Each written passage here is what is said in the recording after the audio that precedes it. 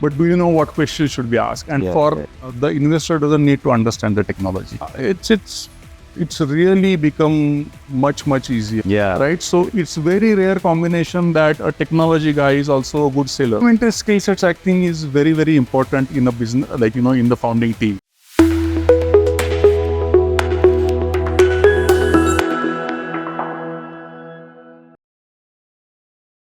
Hello and welcome to yet another episode of our podcast series called as the Pathfinders, which is a collection of success stories from entrepreneurs and founders from different industry verticals and from different geographies, where they share with us their experiences and the lessons that they learned during the course of navigating through those challenging situations. I'm really happy that today with us in our studios is Aniruddha, who is a serial entrepreneur himself, having set up businesses, having grown them, and spun them off or exited them over a period of last 15 years.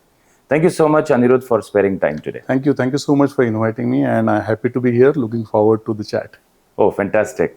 We should start off with your exciting entrepreneurial journey. How has the ecosystem changed? Started working in machine learning in 2003. So, I like to call, actually 2002, when I was in Berkeley doing my postdoctoral research. So, I like to call that I was trying to make machines learn before they were ready to learn anything on their own. Wow. So that's essentially the idea. So, I did my machine learning postdoctoral research for 1 year, then came back to India, worked in a couple of large and couple of small organizations, building their AI groups essentially from scratch, AI or machine learning groups at that time from scratch. And then in 2009, I started my first venture. That was application of machine learning to capital market. Here we decided to use machine learning approaches to solve various business problems. So businesses these days of digitization generate a lot of data. And can we look at that data, analyze that data, build models to do some prediction on that data so that the decision support systems can use the output of these systems. And through that, we actually started working on various domains. That includes capital markets. Obviously, we had expertise in that. Then financial services, banking, insurance companies, even medical, healthcare systems, something we worked on. Manufacturing is something which we worked on also. And so that's what we have been doing since pretty much 2016. Yeah. And in the meantime, while working on these things, we actually, had a few ideas in various domains. And then in partnership with domain experts, the domain experts could be individuals, or domain experts could be, companies where we partnered with them. And then we created some ventures out of, Algo Analytics as well. And we spun them off and, some of those actually are doing very well. And some of those we had to shut it down. So you have set up 4 businesses till date. If you were to set out the 5th one, what is that one thing that you will make sure does not happen again? That's a hard question. There are many things, I have made many mistakes. But I think my first venture, right? I mean, like the one which actually started in capital markets, actually, I did not partner with, right at the beginning itself, we did not partner with a domain expert. So, so there essentially, I was like, I'm a mathematician. And, I know how to model things and sort of, I will model the financial securities and then try and make the predictions and stuff like that. I feel there, if right at the beginning itself, I had partnered with a domain expert, I think things probably would have been different, for that. So sometimes people struggle because they have a great technology. And like you said, that they also know what questions to be answered. How important is it that there is a great GTM in place as well to take a combination of these two successfully to the right customer at the right time? Correct. No, that is actually very important. Some kind of strategic alliances with different businesses, and then sort of, either those businesses take a stake in the venture, Yeah. or they are sort of some kind of strategic partners, and that kind of. At Success Alchemists, we work very closely with an incubation center for startups.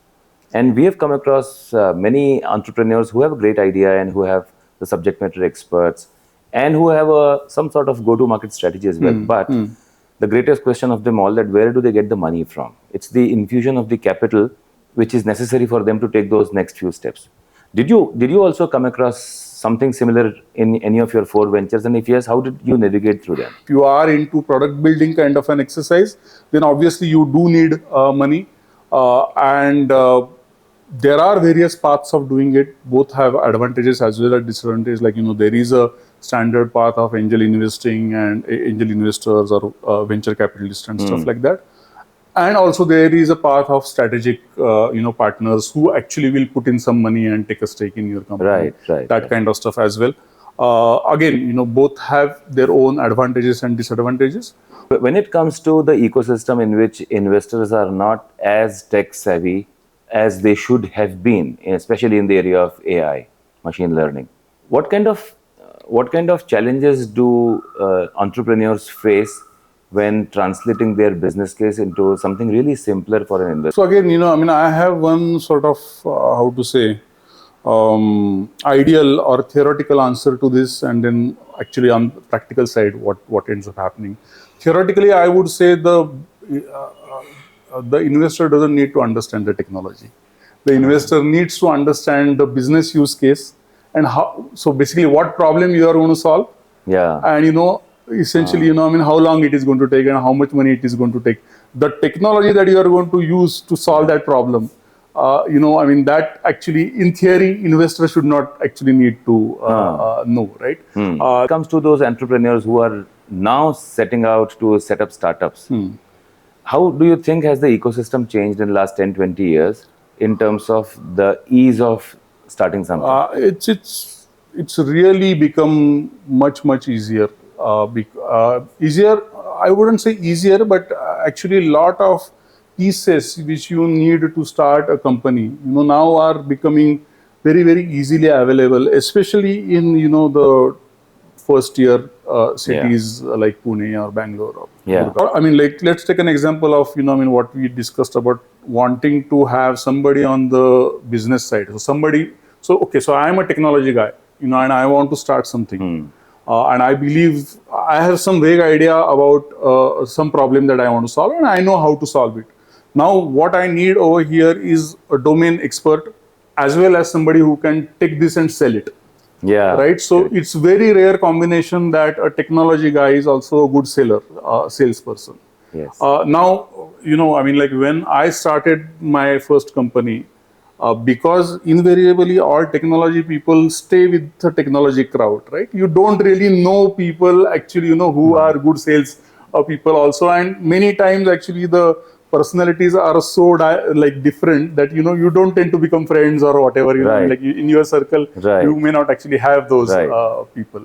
But now with the, these meetups are there, and then, there are these fast dating kind of, meetups there, where you talk about your idea. Startup Tinder. Startup dating kind of thing, right? So because of those, there is a good chance that you will be able to find complementary skill sets. So complementary skill sets, I think, is very important in a business, in the founding team. And many times, actually, I have seen that it becomes hard for people to do it because it's a bunch of friends who come together, and by default, those friends actually have similar personalities. They are all techies together, and then some of the key functions actually are not available. Wow, this is so profound. Because then what it means is that it is necessary for an entrepreneur to know the gaps in his own skill, and then he has to either work towards bridging that gap himself, which is extremely difficult and time consuming, or bring on board people who will fill that gap. Correct. And then that makes it a comprehensive and powerful team. So this idea of bringing on board a domain expert essentially is rooted in the fact that you realize that you were not doing well in that area. Yes, absolutely. There is something really enticing about data and the evolution of data in the area of analytics, which became machine learning and eventually AI. that the accuracy of the outcome itself is an enemy because it takes away all the emotions and joy out of the output. The deeper you analyze, the more accurate the outcomes are, and hence more precise the decision making, which sometimes is not perceived as the most human friendly on empathy scale. What is your view on that? You have to make sure that the eventual decision is taken by a human being. To some extent, that Yeah. resolves the bias issue.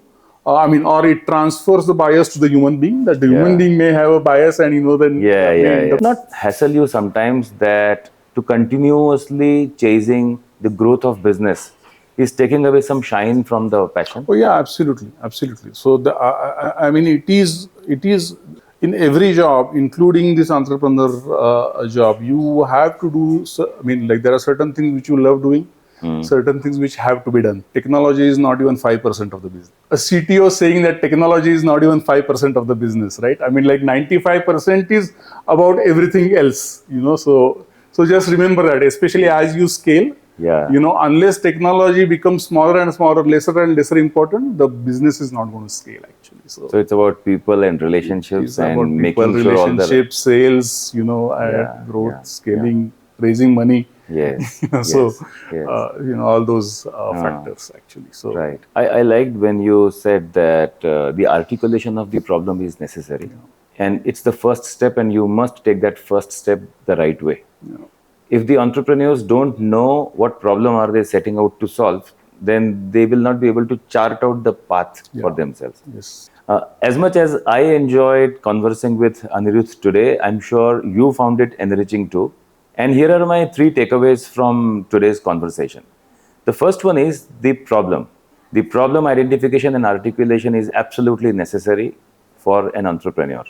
Before setting out on this journey, a technical expert by itself is not sufficient.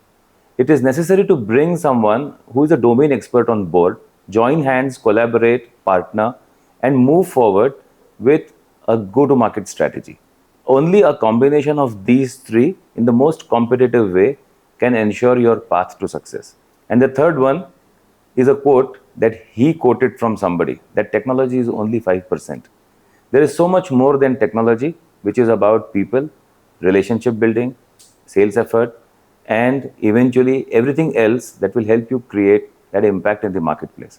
Thank you so much, Aniruddha, that it was so informative and enriching. As much as I enjoyed, I'm sure you had a good time too. Absolutely. Thank you so much, and wish all the best to Alchemy team.